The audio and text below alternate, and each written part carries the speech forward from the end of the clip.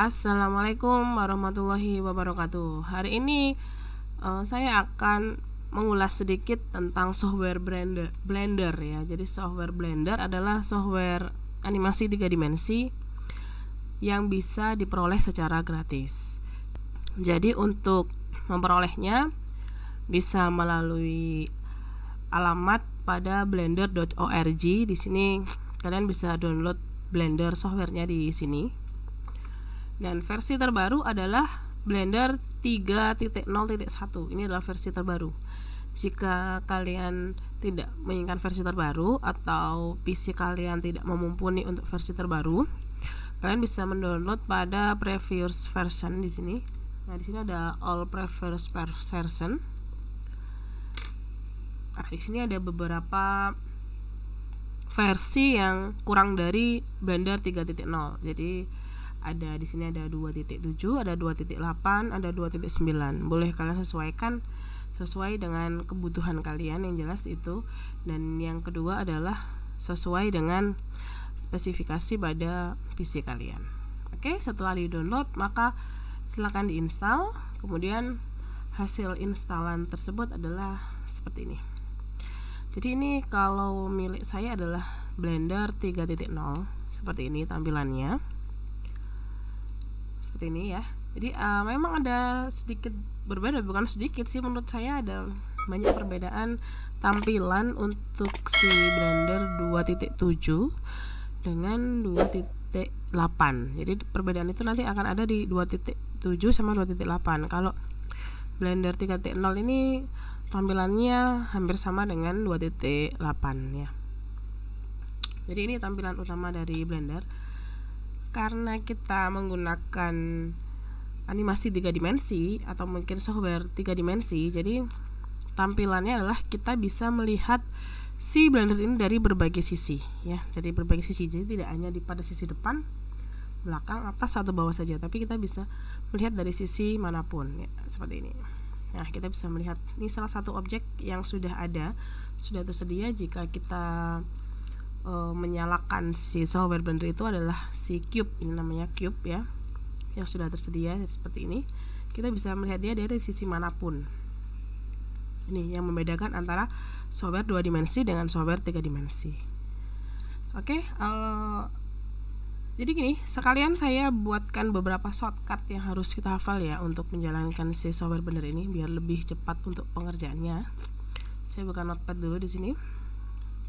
Oke, yang pertama, untuk melihat secara keseluruhan seperti ini, memutar, kita bisa menggunakan scroll tengah pada mouse.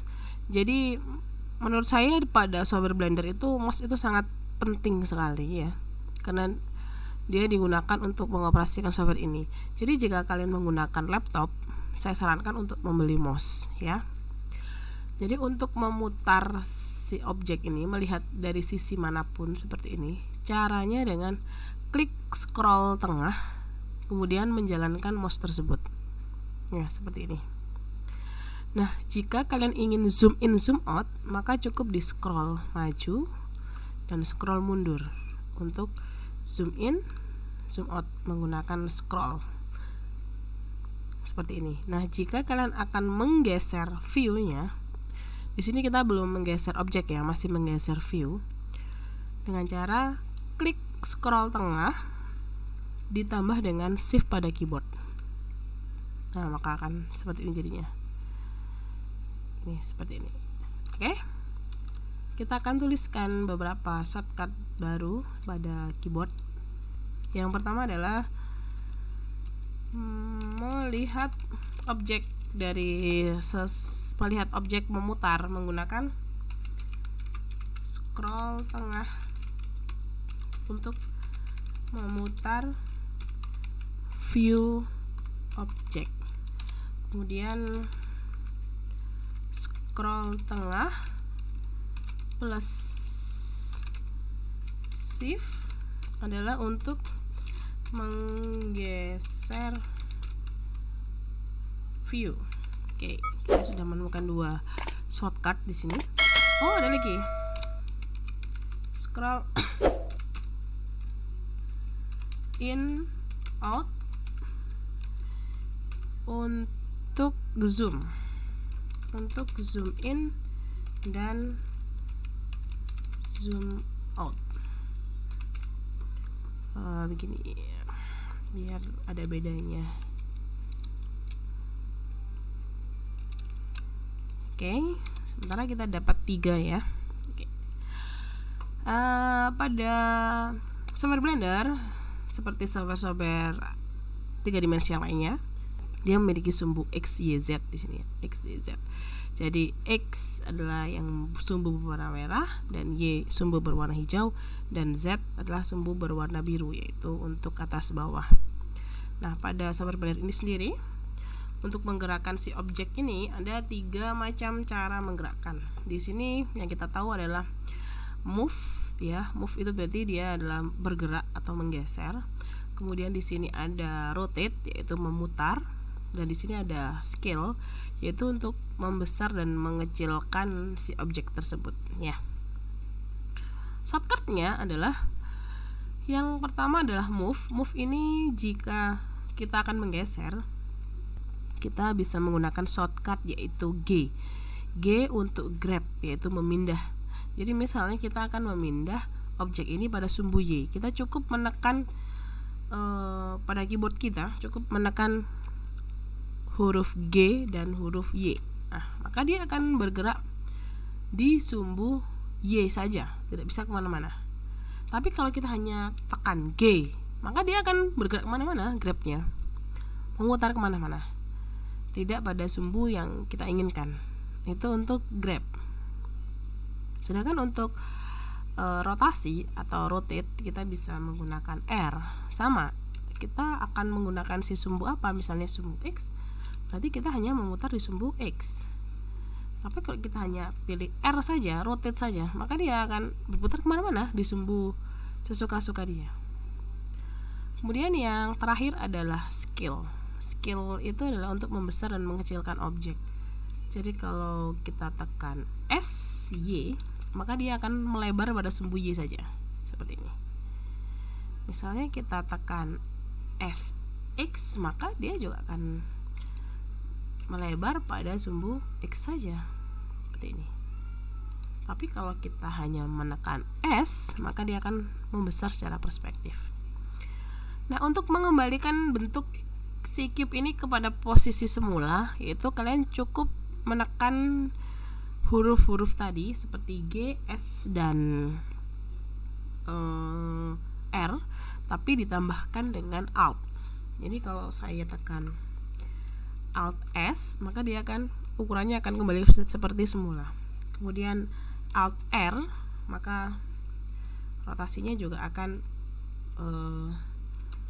berubah ke posisi semula. Kemudian yang terakhir adalah grab tadi ya. Jadi Alt G, maka posisinya akan kembali pada posisi 0 dengan menggunakan Alt.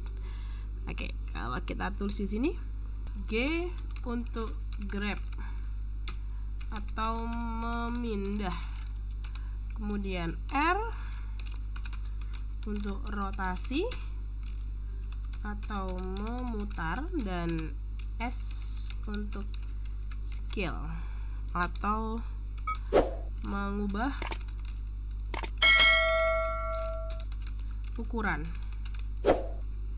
Nah, seperti ini. Kemudian jika untuk mengubah ke posisi awal dengan menambahkan Alt plus G, R, atau S, itu untuk mengembalikan ke posisi 0. Nah, jadi kita sudah mendapatkan 1, 2, 3, 4, 5, 6, dan Alt plus ini berarti 9 shortcut yang harus kita hafal. Oke. Kemudian untuk si software Blender ini sendiri, kita bisa mengeditnya dengan menggunakan posisi edit mode. Jadi ini adalah object mode, posisi dia hanya bisa digeser, digerakkan, dan dirotasi, di scale. Tapi untuk edit mode, kita bisa melakukan apa saja pada edit mode, yaitu merubah si cube ini menjadi objek baru yang kita inginkan. Jadi sebenarnya untuk si objek 3 dimensi ini dia memiliki tiga apa ya namanya, tiga bagian ya, tiga bagian. Jadi yang pertama adalah vertex. Vertex itu adalah titik, dan yang kedua adalah edge. Edge itu adalah rusuk. Kalau di matematika namanya rusuk. Jadi ini titik ya, vertex. Nih titik vertex. Kemudian kalau edge itu adalah rusuk. Ini rusuk.